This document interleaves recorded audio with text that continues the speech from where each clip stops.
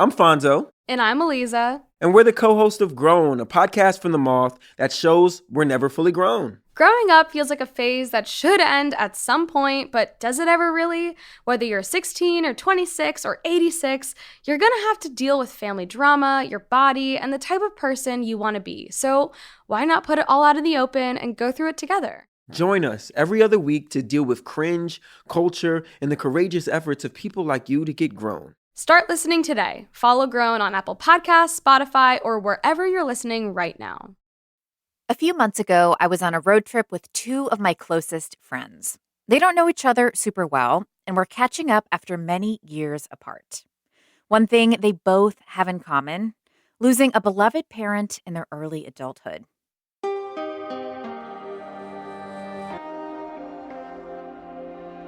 One of their moms died of cancer when we were in our early 20s, and the other's father died just years ago, very rapidly after a rare bacterial infection. As I listened in to their conversation about grief and slowly rebuilding their lives amidst such great loss, I was struck by one resounding theme. That death was the biggest thing that had ever happened to them. Embodied listener Felicia agrees. Losing a parent early in my adult life made death real for me. Even when I ran, it still found a way to tap me on my shoulder to remind me that it was real. This is Embodied. I'm Anita Rao. The most common age to lose a mother or father in the U.S. is when you're 50 to 54 years old. And while that still may sound way too soon, there are tens of millions of Americans who grieve a parent's death long before that. That's an experience familiar to Liz Zorn. She's a model and photographer whose father, Frank, died when she was 19. He was the light in every room that you walked into. He was a CEO at his job, and people would quite literally request to follow him when he was moved to a new project because they loved him so much as a manager, as a boss. He loved to ski and rock climb and all sorts of fun stuff out in the mountains. He was just a personality. He was a character. Frank was diagnosed with cancer in October 2018. And at the time, his prognosis was good. So good that Liz's parents decided to keep his illness a secret, with the plan to tell Liz and her younger brother after her dad's treatment was over and he was doing better. So around Thanksgiving, I started to notice signs of extreme fatigue, which was very unusual in him because he was very fit and active. So I started to have a feeling that something was going on, started prying a little bit more here and there, and it wasn't until December 9th when we were called to have a family meeting, which in my house we don't do unless something important serious is happening. Yes, so he kind of laid everything out, told us what happened, but again was telling us, that there's really nothing to worry about. So, I left that conversation obviously feeling very shook up, but at the same time, I don't think I took it as seriously as I would have knowing the outcome ahead of time. If that makes sense. No, it totally makes sense. I think we mirror our parents so much in situations like that and look to them for those cues of like, is everything okay? How are we reading into this? And so then you really had only a couple of weeks between then and then you found out really only 24 hours before he died that things were really not looking good. Take me into those last 24 hours and how you moved through that huge suddenness of learning about his loss. Yeah, so it all happened really fast. We had taken him in to the hospital, I think it was 5 days before he passed, because his doctor had called and said that based off of his last series of medical tests, his kidneys had gone into kidney failure. And even then, we brought him in and it was, he'll be here for a few days and then we'll get you guys on your way. And Christmas Eve, I would say, was when things really started to look bad. He wasn't responding to the questions you would ask him in ways that would make sense. His breathing became a lot more rigid and intense.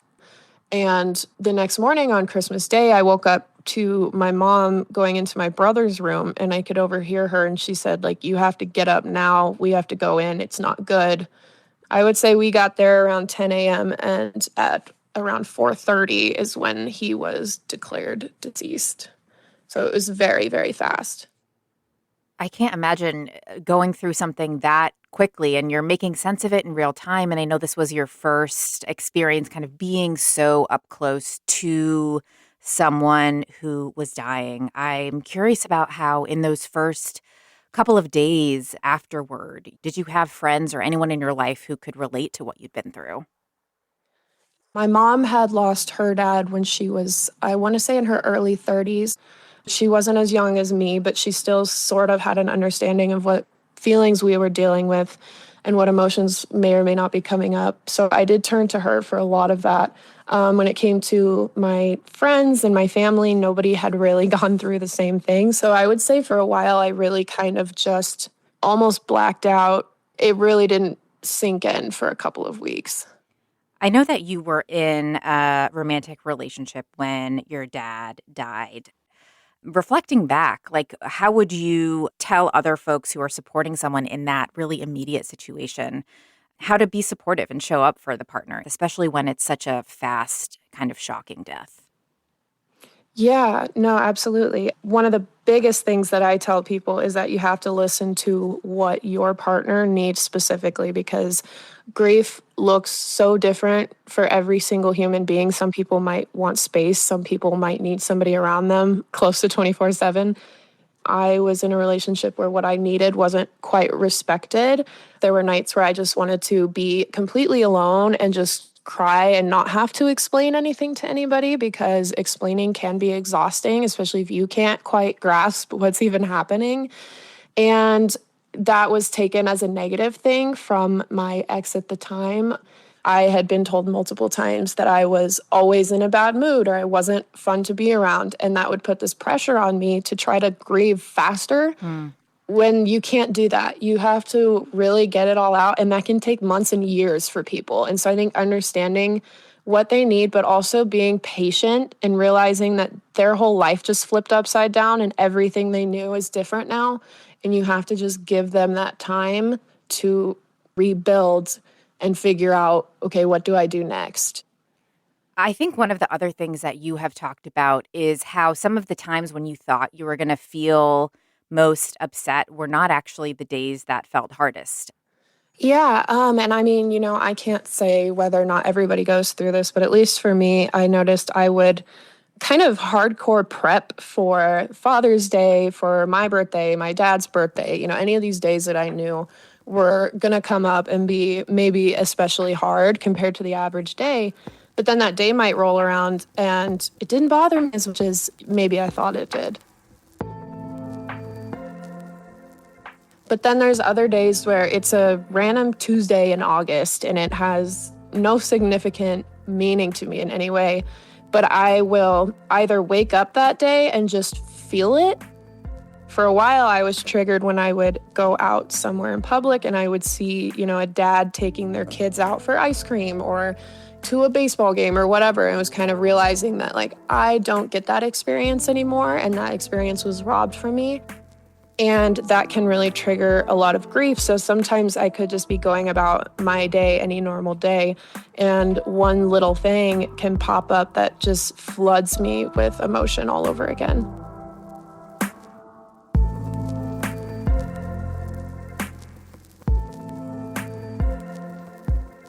That unexpected, catches you out of nowhere, debilitating kind of grief is both universal and so specific. And that's why for many young people who are grieving, finding a community that can really relate to what you're going through can be an essential part of the healing process. When my childhood best friend lost her mom to breast cancer when we were in our early 20s, she found a support group of other people living in New York City in their 20s who had also lost a parent to cancer. And those many layers of commonality allowed for a sense of ease around her grief, knowing that there was somewhere where she didn't have to explain herself. When Naomi Edmondson lost her mother figure, Evelyn, at age 30, she realized quickly that she needed to build that community for herself. I'm deeply grateful for the spaces I was able to enter and be in. But as I started to process my grief and start to try to put language to it, I realized that there were spaces that I were entering, predominantly white spaces, where I felt like I had to explain the culture that I was coming from, like the language that I used to talk about my grief. And from those spaces, I realized that I wanted a space that had community, like my community, where I didn't have to explain so much and I genuinely could just show up and be seen in my grief and have it met and witnessed. Naomi is a Brooklyn-based death doula and grief coach who got interested in this work after experiencing 2 big losses of her own. The group she created is called Black Folks Grieve. It's a virtual intergenerational space she ran for 3 years. It's currently on hold while she pursues a graduate degree, but she hopes that she can pick it back up again. I think one of the primary values of groups like that is that it reminds you that even though grief can be and is so isolating on so many levels, when you zoom out, there are so many other people who are having not maybe the same experience, but such a similar experience to you. And that can be really helpful if you don't necessarily have a community where you feel comfortable expressing yourself or have community who are checking on you. You kind of get to create that chosen family who you can check in on and get that care from as well. I think the interesting thing about grief, and especially just around our culture of grief, is that sometimes people put grief on a hierarchy, meaning that if you lose a biological parent, your grief is more important than someone who lost someone who maybe wasn't related by blood, but who filled that role for them as well. From my own personal kind of experience, when I lost my grandmother, who filled that mother role for me, I did have people tell me, well, it was your grandparent. She was old. She was going to die anyway. So surely you can't be that upset about it. And I think that is the thing that can make it so hard to heal in grief when you have people kind of discount what you're going through because maybe they weren't related by blood, or maybe they were somebody that you chose and who chose you back. It is so important to have community or chosen family or just people that are around you who can recognize where you are in your loss and can recognize the person or the place or the thing that you lost as important without your need to justify why your loss is important and matters.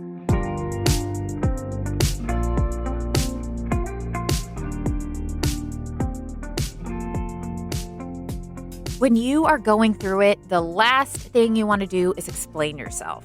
And sometimes that can get in the way of getting the real, tangible support that you need. One of the best things that I have come across to help mitigate that is a virtual resource called a Personal Emergency Tough Times Guide. It's essentially a list of questions for you to answer that allows other people to support you in all the very precise ways that you need and none of the ways that you don't. It was created by journalist Anne Helen Peterson. And I really think that if all of us filled something like this out, it would mean that our future selves in the midst of grief, loss, and hardship would be better taken care of without expending all the emotional energy to get there. I'm going to share the link to this in the show notes, and I encourage y'all to check it out. The internet is filled with lots of other grief resources, and this is actually how we found out about Liz. She has a YouTube channel, and 1 year after losing her dad, she posted a video called What No One Tells You About Losing a Parent. I wanted to sit down and talk to you guys about something a little bit more personal. I love doing fun vlogs and fun videos, but I think as someone who enjoys doing YouTube, it's important to talk about serious matters as well sometimes. And while this isn't a serious There was a matter lot for of everybody, really it's a serious specific matter for, stuff like, in a lot there. of people. But the moment that really stood out to me was Liz's openness about how her dad's death has shaped her feelings about the afterlife. I asked her to share more. When you lose somebody that close to you, you kind of have this feeling of, I cannot accept the fact that they're just gone. I do personally believe this, whether other people believe it or not, but he came through and he was showing signs to at least me and my mom, but mostly me. I do really believe because of this that maybe we don't know exactly what the afterlife is like and nobody can say 100%, but I do deeply believe that it's not just nothing and that wherever he is still watching over me and he's still able to every once in a while send me a sign that he knows that I will recognize as him letting me know that, okay, it's still okay and like I'm still here. That's really beautiful. And I think speaks to something that is a big worry for a lot of young people who lose a parent before going through a big life milestone or many big life milestones, like before you graduate from college or before you get your first big job or before you get married. Naomi, I'd love to know for you how you think about preparing for big life milestones that have felt particularly challenging not to have Evelyn there for. Yes, I'm actually in the middle of a big life milestone in that I'm starting grad school in the fall. And the process of even deciding where I wanted to go, deciding what I wanted to do, was really, really challenging because those are the kinds of things that you want your parents' advice on. And I feel really grateful for the fact that I had my dad to bounce ideas off of and talk to. But it was that feeling of just wanting to call her and being like, I'm doing this really big thing. I want to tell you, and I want you to know that I'm doing this, and I want your advice. So for me personally, after she died, I always had an altar, whether it was just a space where I would light candles and have flowers. I add more pictures of other people in my family who have died as I kind of learn more about my family. But for me, that's the way that I connect to her. I make coffee, I offer water, I change it out regularly. I talk to her, even if it's not at my altar. I have these moments where I just remember she's not physically here, but that doesn't mean that I can't just talk to her. So I talk to her while I'm getting ready. I talk to her before I do something that I'm really scared to do. For me, even though it's challenging that she's not physically here, I just constantly remind myself that death is not the end of a relationship. I can still have a relationship with her even though she's not physically present. And that really, that makes me feel so much better. Totally. And I think, one of the things that happens when you are becoming an adult and you have parents who are still alive is you get to see and learn new things about them because you see them as adults when you're an adult. And I know that for my partner lost his dad about 5 years ago. And for him, kind of learning new stories about his dad and finding ways to do that really helps fill that void so he can feel like he's still learning new things about this person that's really important to him. So every year his family gathers and we all kind of write about a prompt, and oftentimes like his siblings sharing different stories or his mom sharing stories can be a way to kind of feel like you're continuing to learn about that person, which I think can feel really healing for folks who don't have the opportunity to talk directly with them. I'm curious about for either of you if you've had opportunities to learn new things about your parent after they died and how you've created those spaces. Maybe Liz, I'll go to you first. I mean, we haven't done anything like that, where we sit down and write things out. I would say that my family overall is a little bit avoidant with our grief, and we tend to talk about other things unless we've had like a couple of drinks in a hot tub and then all of a sudden emotions are coming out. I guess for me, it's not necessarily learning more about him, but rather sharing the things that he told me because my dad was such a storyteller. I could use the example of my current boyfriend now had never physically met my father, but he tells me all the time that he feels like he knows him based off of videos he's seen, pictures he's seen, stories we've told over time. And I think that's really special too, because it's hard to know that the most important person in your life right now is never going to like hear his laugh, is never going to experience the tone in which he told a story, which was so charming and so intriguing to everybody around him. It's kind of nice to know that he still comes out through me. I love that. Naomi, how does that show up for you? How are you able to learn new things if you are about Evelyn? I feel like I learn a lot of new things through my dad. Just even like we started spending sort of more time together recently, and hearing my dad talk to my partner about my mom and just like these casual things that he'll bring up that I just didn't know, like, oh, she used to be so lucky in the lotto. Like she was always hitting the numbers. It was like, really? I had no idea she had like the magic touch like that. And even like my dad is currently cleaning out the house and like donating some of her stuff. And when I go over to help, I'll find like a random photo album from when she was younger, which is always catches me off guard because I'm so used to just the way that I remember her being like, older and just kind of set in her ways. But I occasionally stumble onto these pictures where she was younger, growing up in Jamaica, and I'm just so taken aback because you remember your parents are your parents, but also they are whole younger human beings who were also trying to just figure out life. And even going so far as like for my birthday, my 33rd birthday, I went to Jamaica where she's from, and I went by myself, and I felt like I learned a little bit more about her just being in the place that she grew up, like feeling the heat, seeing the beach, seeing the sand, and just having a moment to myself by the water to talk to her. I felt deeply connected to her, and I felt like I knew her a little better.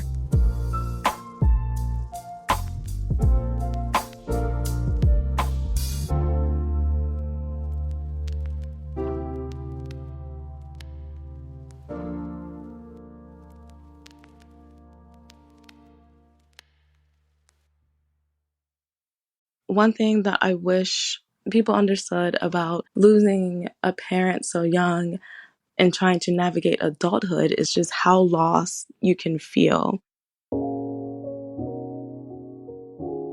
The way that I've learned to describe it is that I feel as if I'm just been dropped off in the middle of a place I'm not familiar with, and it's just dark, and I'm just waiting for someone to hand me a map or for someone to hand me a flashlight, and that person just never comes.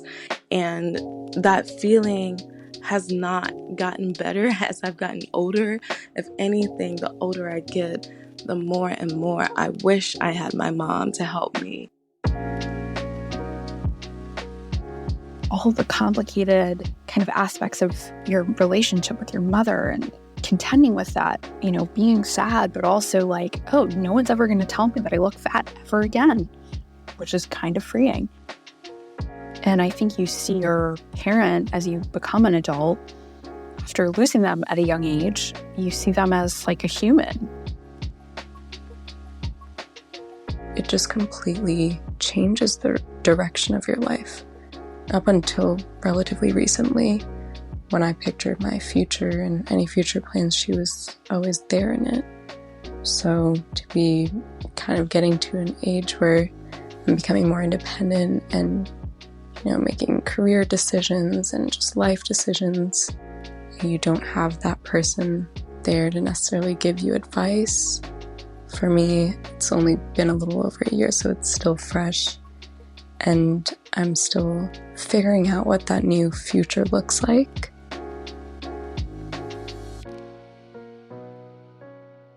I'm always thinking about how I can honor her in everything that I do, but I have come to terms that she is with me as I continue to live my life. If there was one thing that I would want people to know about grief, is that it will get better. The emptiness that you are left with will never go away, but it just gets easier to live with. Many of you all told us that the intense pain of your grief lessened as more time went by. But for writer Jeff Dingler, the timeline of grieving his father has been extra complicated. He recently wrote about his experience for Insider and described how, in many ways, he feels like he lost his dad twice. When I was 14, my father began a mental decline, and he had a kind of, I describe it as a mental break. He became paranoid. He thought my mother was poisoning him. He thought my siblings and I were starving, even though I was quite chunky at the time. I remember one night where he was convinced that we were starving, and I went to our cabinets and I took out all this food, all this chips, all this canned food, all this pasta. And I said, "Look at all this food, Dad. Like, you really think we're starving?" And he looked at the food, and then he looked me in the eyes and he said, "Yeah, I do." And I was 13 or 14 at the time, but I knew, I was like, something's wrong with him.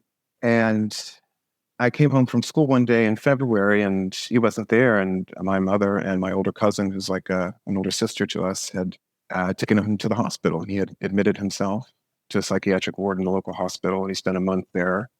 When he came out of the hospital, he was a different person. He was medicated. He was very low energy. He just seemed detached from the world. So I think for a lot of people who deal with mental illness, you know, there's sort of two phases of grief. You grieve the person when they change, when this mental illness happens.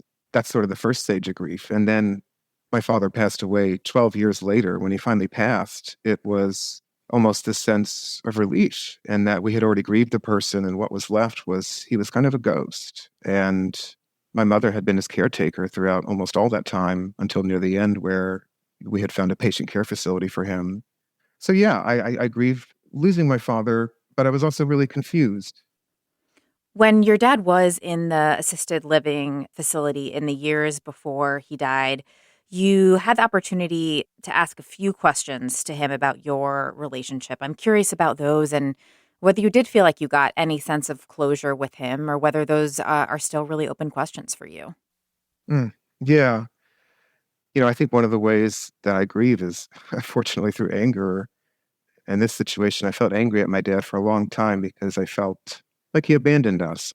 I was confused whether he really cared about us or if it was the disease that rendered him incapable of caring. And toward the end of his life, I confronted him, asking him, if he really cared. And he said that he did the best he could. And at the time, I didn't really buy that answer. And I regret that I was not more compassionate, because I understand now that he did care about us.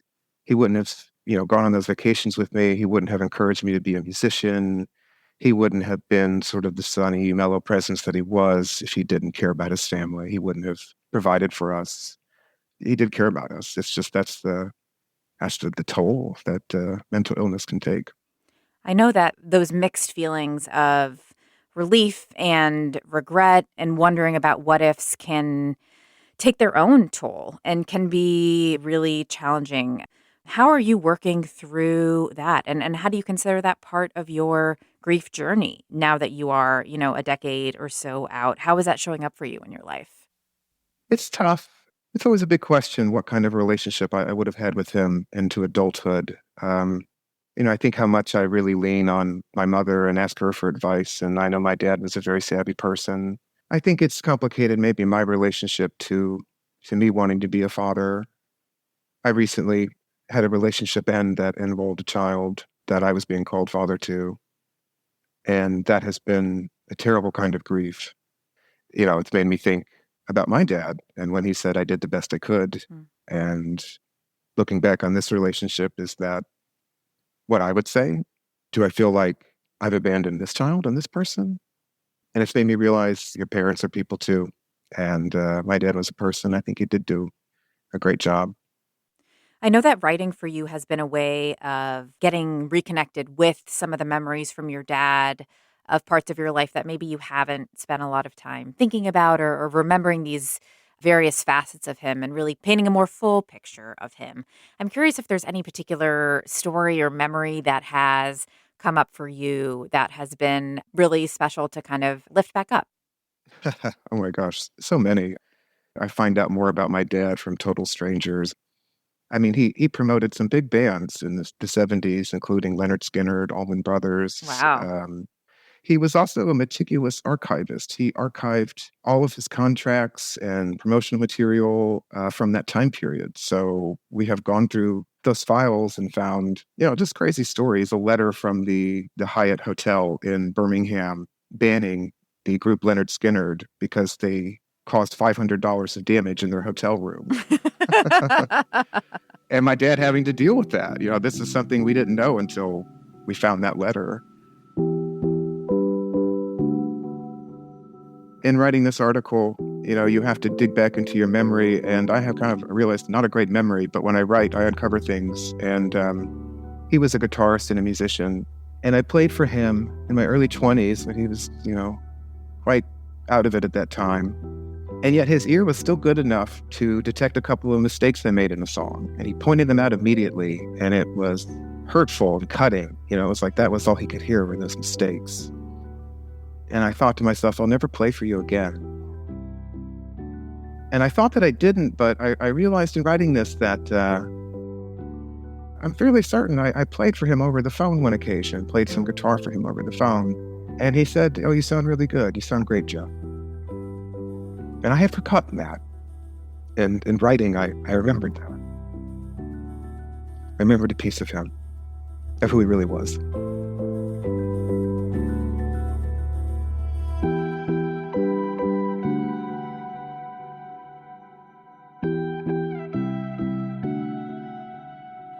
You can read more from Jeff about his relationship with his father and find a piece he wrote about his relationship with his mom by checking out the links in the show notes of this episode.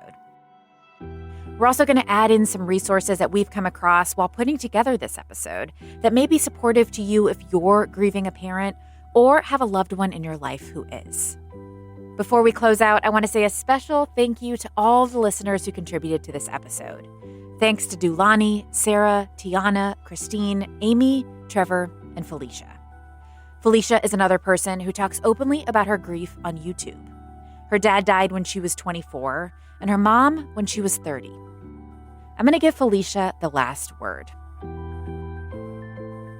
I wish more people understood that coping with the reality of loss takes time because that person is with us forever.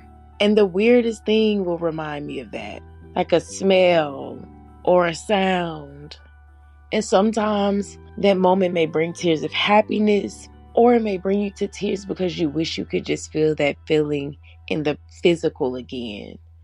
But both of those feelings are okay because grief is just love with nowhere physical to go. So we hold on to it.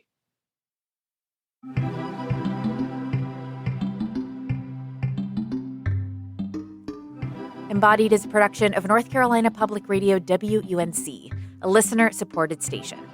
If you want to lend your support to this podcast, consider a contribution at WUNC.org now. This episode is produced by Paige Perez. Kaya Finlay also produces for our show, and Amanda Magnus is our editor. Skylar Chadwick is our intern, and Jenny Lawson is our sound engineer. Quilla wrote our theme music. If you have a story that you'd like to share with us, thoughts about a recent episode, or ideas about a topic you want us to cover, leave us a message in our virtual mailbox SpeakPipe. You can find the link in the show notes of this episode. Thanks so much for listening to Embodied. And if you like this episode or anything you've heard recently, please share about this podcast with a friend. Word of mouth recommendations are the best way to help us grow, and we really appreciate it. Until next time, I'm Anita Rao, taking on the taboo with you.